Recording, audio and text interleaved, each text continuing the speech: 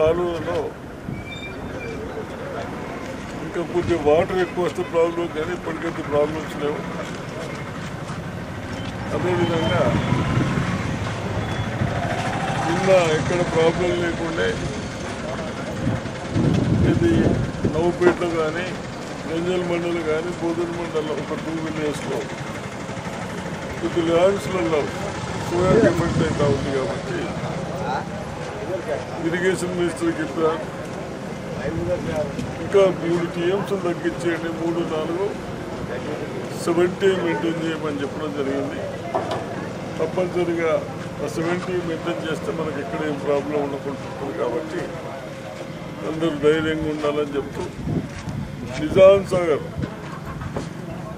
సాగర్ గేట్లు 5 o'clock open చేస్తారు. అది కేవలం 200-250 క్యూసెక్స్ కంటే ఎక్కువ వదలొద్దని చెప్తున్నాను. కాబట్టి అక్కడి నుంచి కూడా ఇన్ఫ్లోస్ కూడా తగ్గిపోయినాయి. అక్కడ బహుశా రేపు ఏమన్నా వస్తే సింగనూరుకి వెళ్ళి కొద్దిగా వస్తే తప్ప మనకు పెద్ద నీళ్లు వచ్చే అవకాశం లేవని మీరు అందరూ ధైర్యంగా ఉండాలని చెప్తాను.